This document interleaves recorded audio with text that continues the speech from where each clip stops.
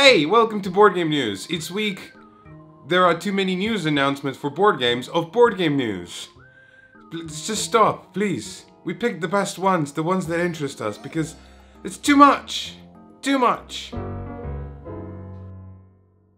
Pandasaurus Games have announced Nyctophobia, a cooperative maze game where blindfolded players will take on the roles of happy campers, and by touching things they will try and find their way back to their car before, and I'm not joking, an actual axe murderer splits the party. Literally. We don't know much about the game, but we do know the game's components. It will include a board, some blindfolds, a deck of cards, and a live tarantula.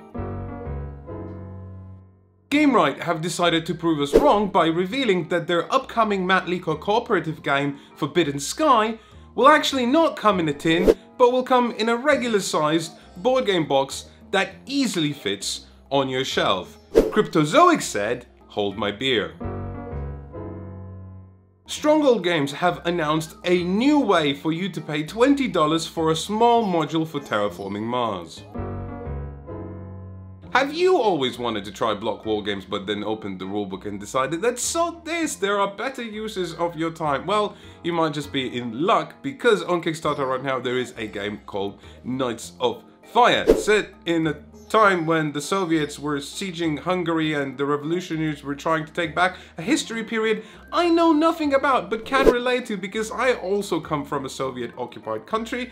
Well, that's immediately appealing to me. But also it's appealing because it comes from a superstar board game designer and artist cast. First you have Brian Train, who's the designer of the Coin series, which is a famous series of war games that I've never played, but I hear it's very good. And also from David Turchi, who designed Anachrony and Kitchen Rush, both of which we reviewed, and you should check out those videos. And it's got the cover art from Kwanchai Moria as well. And if you're waiting for the punchline, then I'm not making jokes about war. If you want to do that, you can do them yourself. Czech Games Edition have announced a new version of Codenames Deep Undercover, their filthy version of Codenames, because the first one was so successful and well received. Edge of Darkness is making a big splash on Kickstarter. In this deck building game, you will try to collect pieces of evidence trying to figure out why exactly is it that your daughter was murdered.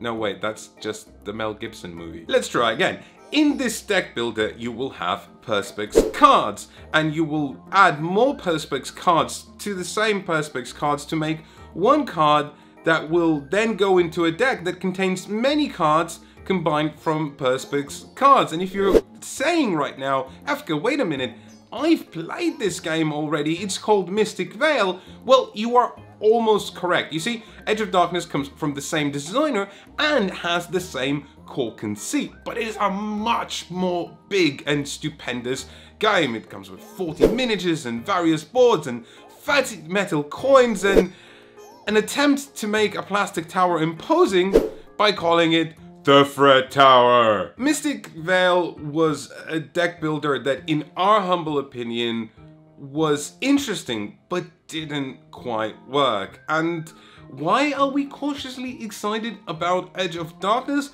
Well, because when Mystic Vale came out, before that, designer John D. Clare had designed only one game called Rumble Pie that no one's ever heard of. And now John DeClaire is designing his fifth game, and whilst Edge of Darkness is a lot more ambitious, we're hoping that he's picked up a few design lessons along the way, and really we want to see Mystic Vale work. We want to see that cool game, that cool idea of Perspex cards crafted together into something maybe perhaps more ambitious, which this is, but also more mechanically sound, which this hopefully is. This is by no means an endorsement, this is just one reviewer being very, very hopeful.